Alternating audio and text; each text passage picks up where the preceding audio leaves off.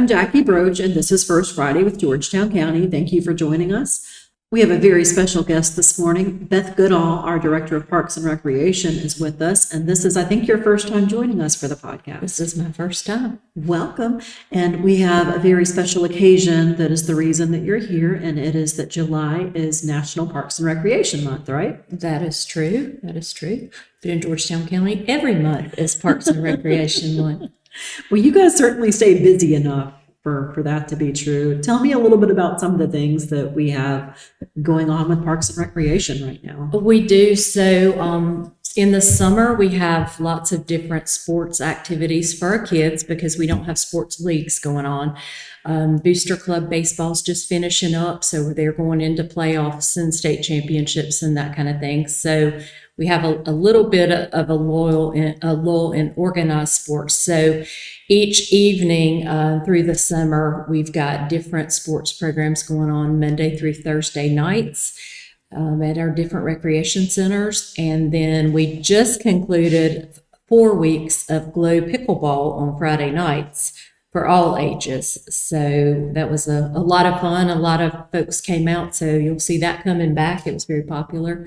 And July, then we transitioned with our youth into conditioning to get them ready for flag football and tackle football and cheerleading, which are all coming up starting in August. Yeah, we have registration open for those right now, correct? Absolutely. Registration's open with the new change. This being our second year of our year-round school schedule. We've had to do some adjustments. So this year we're going to start flag football right around the 1st of August, which is a little earlier for us and for our kids to go back to school. But that is registering now, and lots of kids have registered already. So we encourage people to go out and register if they're interested in that sport especially. Now, I saw some video from the Glow Pickleball, and that looked really cool. Glow Pickleball is really cool. As you know, pickleball is taken over the world pretty much. It is the fastest growing sport in the country, and it was primarily a senior type activity a few years ago, but now it's all ages playing pickleball. So we actually tried Glow Pickleball a couple years ago for our youth, and kids weren't playing pickleball so much at that point. So the adults that play were all like, well, we want to do it. We want to play Glow Pickleball. So this summer we brought it out on Friday nights at we rotated around at each of our rec centers in each of our regions. And it was about a 50-50 split. Had all ages come out and play. Our active pickleball league folks, some of them came and played, and our good pickleball players are always willing to introduce new players to the sport. So it was a lot of fun. Great opportunity to try pickleball under the black light. So for those who missed it, when might we expect it to be back? Well, one of our challenges with Glow Pickleball is the majority of our regional recreation centers are built to have daylighting. Great in the daytime, great for, conserving energy. But when you're trying to do complete darkness, you have to wait a little later than makes sense sometimes. So during the summer, as soon as the days get a little bit shorter, we're going to be bringing back Glow Pickleball on a regular basis. So maybe more of a fall, winter sport? Absolutely. Okay. So what else do we have going on? I know we're getting ready for football, you said, cheerleading. But those youth programs, the customary seasonal youth programs, we're getting ready to do those in conditioning. But for all ages, we introduced our GOAT program at the beginning of the year. It's Georgetown Outdoor Adventure Trails because Georgetown County has so many wonderful natural resources. We have our rivers, we have our boat landings and bike paths and beaches and trails, and we really have used those to set us apart. The counties around us don't really have as robust a slate of facilities, for lack of a better word, in our outdoors. So our GOAT program was brought forth just to be kind of a marketing arm to show people the natural resources and all that we have here. And that program really has taken off. We've got several challenges going. TL Staub came to us, retired from the sheriff's office a year or so ago, and came to us part-time as our outdoor program coordinator. And he is doing a phenomenal job. He has introduced monthly paddle. There are monthly meetups for hikes and for bike rides, and soon we'll be having the goat herd, as we call them, will be having some organized or sort of organized meetups, even for dinner or lunch or breakfast, or just some social opportunities there too. The herd has continued to grow. We have several hundred people now that have joined the goat herd, and it's just been a whole lot of fun. Right now we've got a Fit Goat Challenge going on. The youngest participant is 7 and the oldest is 74 currently that have signed up for that program, and it runs for the entire year, and you can earn some goat herd swag for completing the challenge. I think we were up to this morning 1,300 miles. 1,300 miles. And you can choose how you want to do it. You can walk, you can run, you can hike, you can paddle, you can bike. You just keep up with your mileage, and we provide you some information on some tools to help you do that. You report in to the herd leader, and we'll track your progress, and then you can earn some goat swag. So all the way back in January, we had TL on, and he talked about the GOAT program when it was just starting up. And I am truly just amazed by how much it has grown and taken off in the time since then. He has got a GOAT herd Facebook page going on, and I just love to follow it. People are posting their pictures from their paddles and their hikes, and they're really just taken with this program. So good on you guys. This is awesome. Well, all of us are really excited about how the GOAT program's going. And I think it's kind of as a play off our Forrest the Squirrel. You know, we introduced him during COVID, and he's become kind of a local celebrity representing the department. But, Forrest is also an outdoor creature, so he's welcomed the goat into the program. And so they kind of tag team some things. As for example, our Halloween event out at Choppy has Forrest Not So Spooky Halloween Trail. That's coming up again this year. I'm looking forward to Very popular, but we'll be combining that event with an outdoor recreation festival. So there will be things for the herd, things for the forest friends, all of those folks will be together.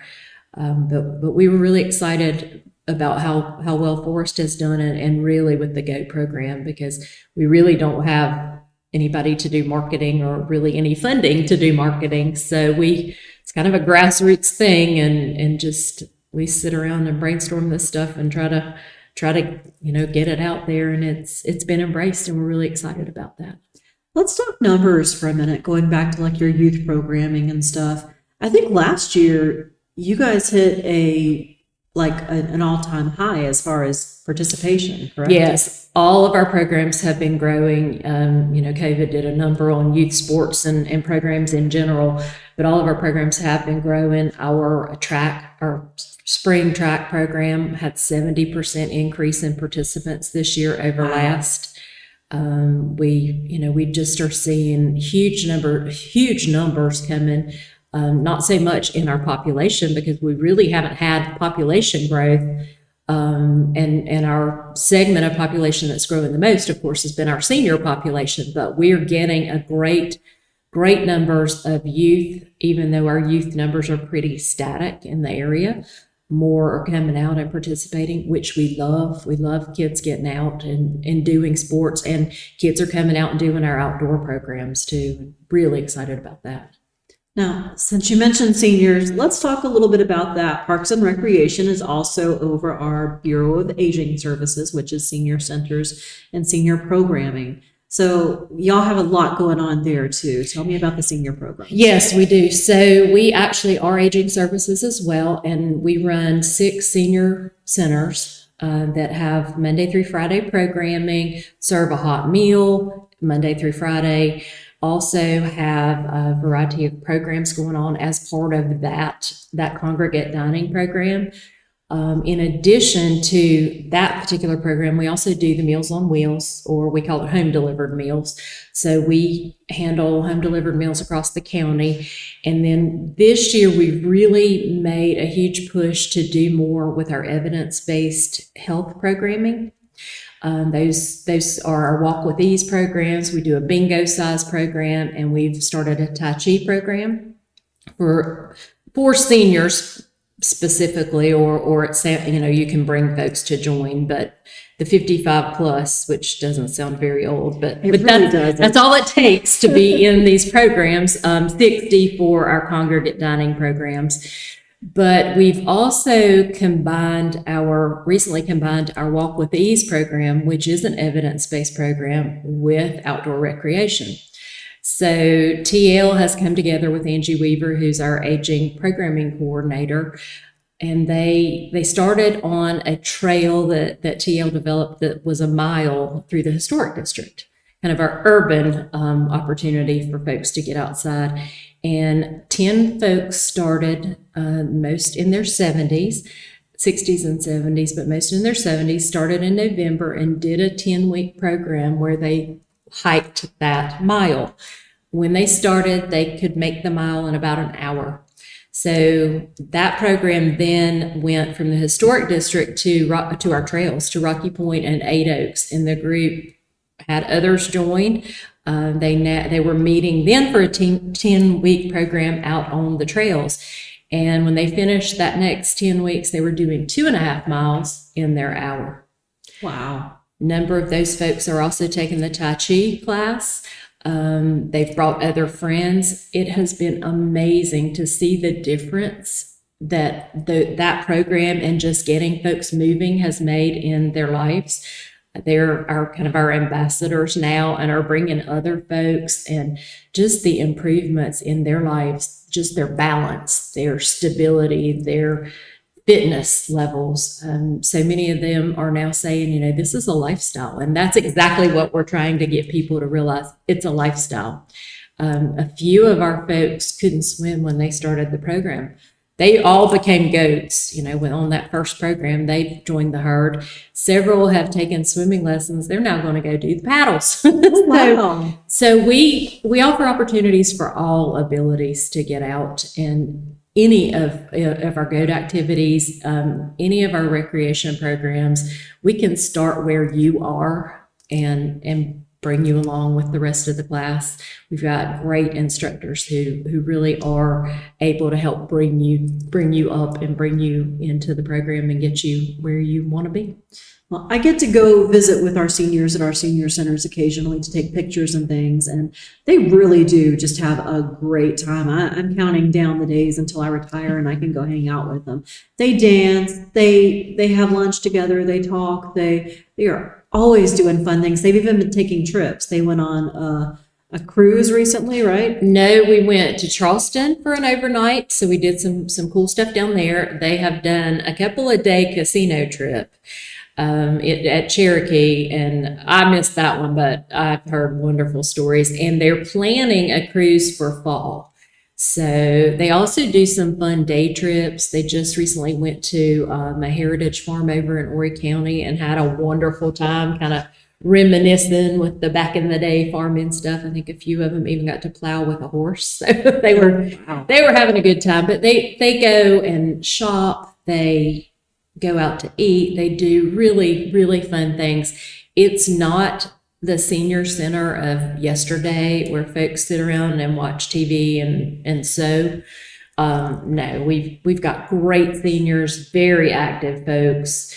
We've got folks that are teaching chess. We've got a senior that taught himself to play chess so he could teach the other guys at the center how to play. So we've got some wild card playing seniors. We've got dancing and crafting, and just really a fun place to be. And then a lot of our pickleballers, our Waccamaw Rec Center has a huge number of folks that play pickleball 5 days a week, soon to be 6 days a week. And some of them are now coming in and joining and having lunch and then, playing pickleball. So it's just really a fun place to be. And we encourage anyone to come check it out or call us if you have a family member that might want to come out, because just come visit and you'll see the difference. It's a lot of fun. Well, you mentioned, programs for all ability levels, and that is a perfect lead into something that happened just this week at our beach. Tell us about the new beach mat at the south end of Pawleys Island. Yes. So again, we don't have the budget or the personnel to do all the things we want to do. So we look for partners anytime we can find folks that want to partner with us to make wonderful things happen. And the Adaptive Surf Project is a really cool group of surfers and outdoor recreation folks.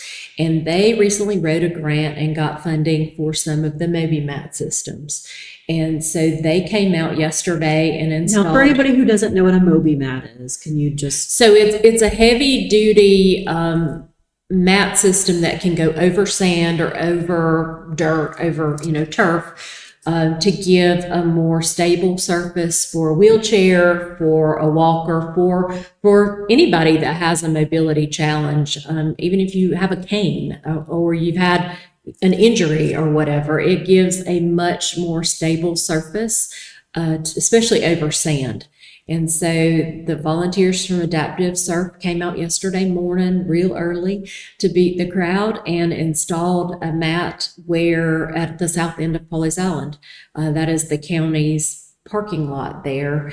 And we actually have we had an ADA landing there that was destroyed a couple of years ago. So it had just become just a kind of a flat, large dune. And they've installed the mat over that. We will be pulling up the mat this fall and have a complete renovation of that landing. And then the mats hopefully will go back down. It will replace the ADA landing or access that used to be there. But in the interim, this is really a game changer for folks. It goes out to the parking lot, right to the handicapped parking spaces or the ADA parking spaces. And the same group a couple of years ago donated a beach wheelchair, which also resides in a little shelter at the same parking lot. So game changer for folks that have limited access to get to the beach. And I think you said that after this project, they expressed some interest in partnering with us for a couple more things. Yes, they did. They actually want to work with us to do a couple more beach accesses, which is something we really, really, really want to do. And they are going to donate a wheelchair paddleboard. So we're super excited about getting that in our program, because these paddles that we have monthly, someone who is in a wheelchair will be able to join our paddles or, go out and use the paddleboard for other activities too. So that's really just wonderful. Very excited. So earlier this week also, we were supposed to have had our second annual Wave That Flag event, and it was canceled or postponed due to weather. So we are planning to have that again. I think you said around Labor Day. Yes. So we were so disappointed, because that is a huge fun event. That the first year was wonderful. Second year was shaping up to be even better. The weather didn't cooperate, but our wonderful partners and sponsors were all in the conversation on Sunday and Sunday night until we finally made the call. And I think it was the right one, because we did have lots of storms yesterday. So yes, that event's coming back. It will have a September date. We're still kicking around exactly when that's going to be, what day that's going to be, but stay tuned, because it is coming back in September. Okay, great. So what else can you tell us about Parks and Recreation before we wrap up here? If you haven't come out and experienced our programs, our facilities in a while, come back and check us out. If you never have come to one of our facilities or joined a program, you're missing out. We'd love to have you, no matter what your interest is. We believe we have something for just about everybody. And if we don't have it and there's interest, then we'll try to figure out a way to offer it. So all of our regional centers have programming going on all the time throughout the week. We have evening programs going on. We just have so many opportunities to get folks together and get them active. just please come and try us out. Beth, thank you so much for taking the time to join us. Thank you. And happy Parks and Recreation Month. Thank you very much. So for our next segment, we have two guests with us. Today we have Brent McClellan, Midway Fire Rescue Chief, and Chuck Weaver. Chuck, remind me what your title is. Captain, in charge of the detention center and beach patrol and marine patrol for the sheriff's office. That's a mouthful. No wonder. Yeah, I know, and training, yes, man. Many hats. So today, Brent and Chuck are going to talk with us a little bit about their department's respective beach patrols, as well as just some summer safety. We do, if you've been to the beach lately, you know it is crowded out there. It is beach season. So who wants to go first? Rock, paper, scissors? Chief, higher rank. I guess it'll be the chief. All right. So talk with us a little bit about what your beach patrol does out there from day to day, and just if you have some tips for people to have a safe, enjoyable time on the beach this time of year. Absolutely. So when we do beach patrol, we usually stick with the holiday weekends, the busy holiday weekends when we physically have people on the beach. Now, you may see us out there several times each day, even on non-holidays, and that's because we're either training or we're going to an active response. Very rare this time of year, if you see us out there, the training has already taken place, so we're actually on an active response. But when it comes to actual beach patrol on the holiday weekends, we utilize our ATV. It's the easier piece of equipment to actually get out on the beach.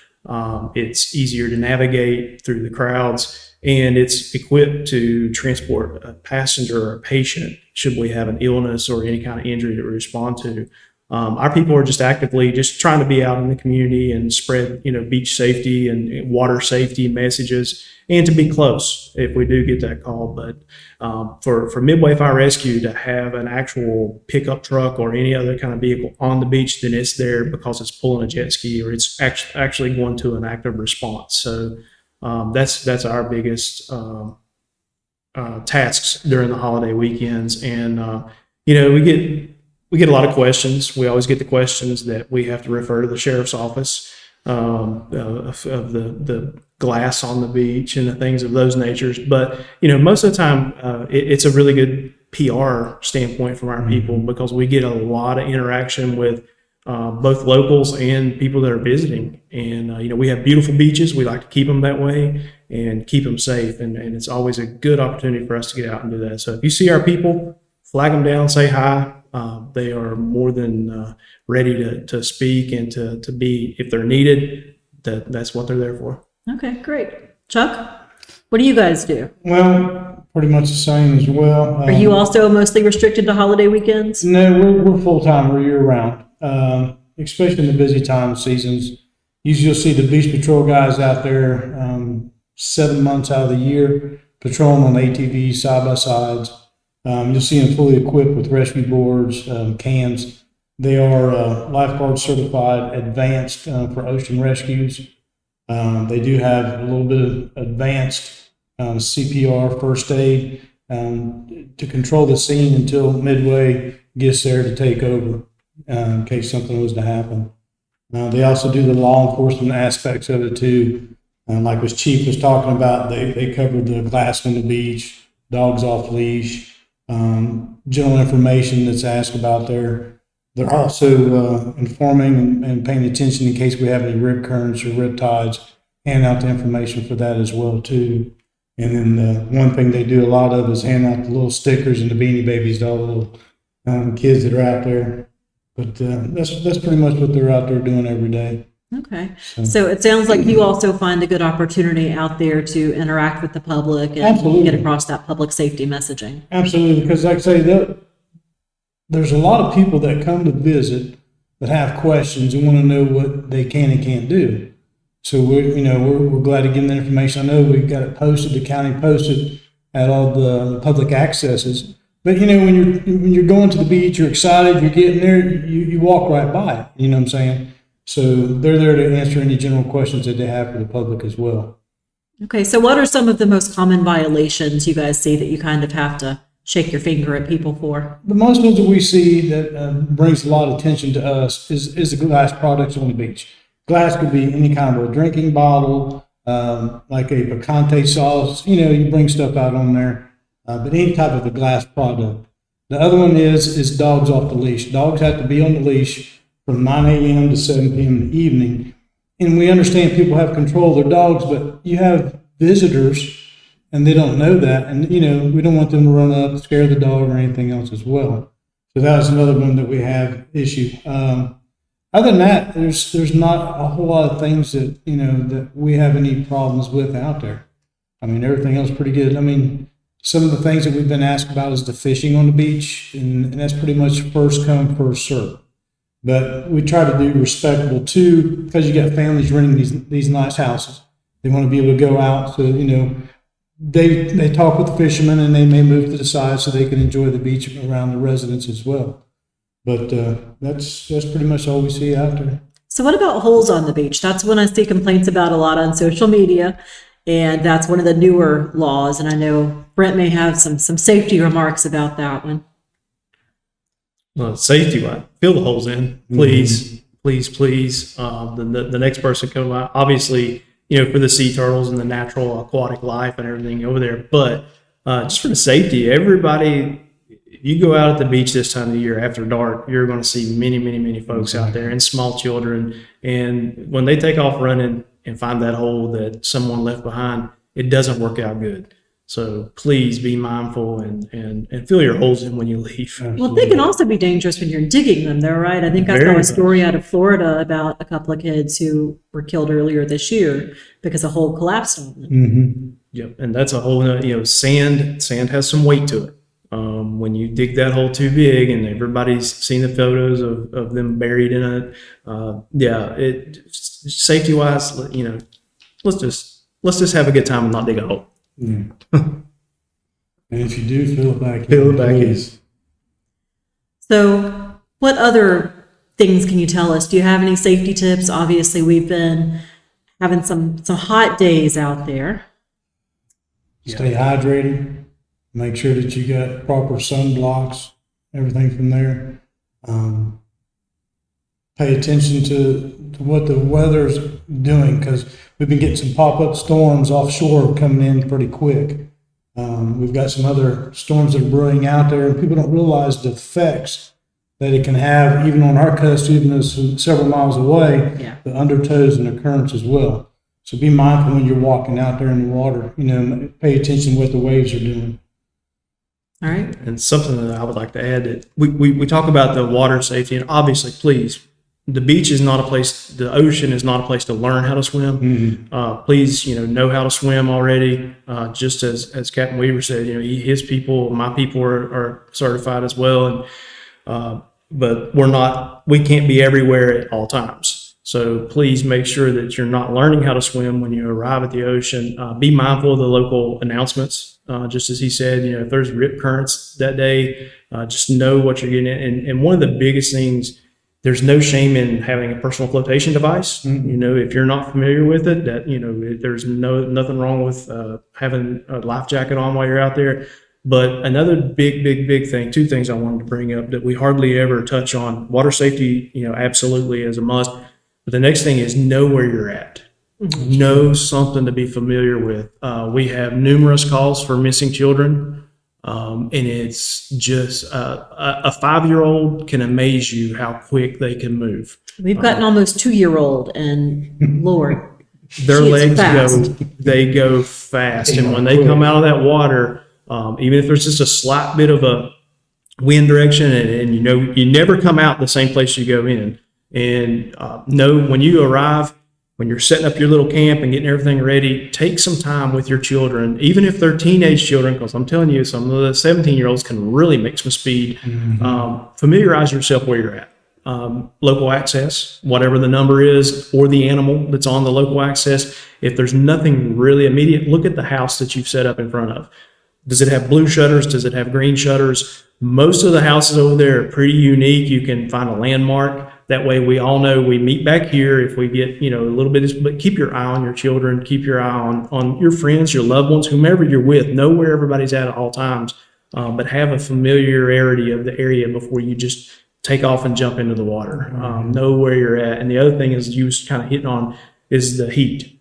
Hydrate, water, get in the shade, all those things. And remember, even if you're that person that wants to sit under the tent the whole time but never consume water, that wind coming off the ocean is evaporating you and dehydrating you as quick as being out in the sun. So, we always get we've already had several heat-related calls this year. So please make sure you're hydrating, make sure you're getting yourself into some shade and know your surroundings, know how to swim, watch for the water risks and things that come out. And, if you're not sure, then flag down one of us and ask, please. So if somebody does maybe see somebody who is in distress in the water, what is the appropriate thing to do? I know we've had instances in the past where the person trying to do the rescuing of somebody who is in danger ended up in danger themselves. And, that obviously is not something we ever want to see.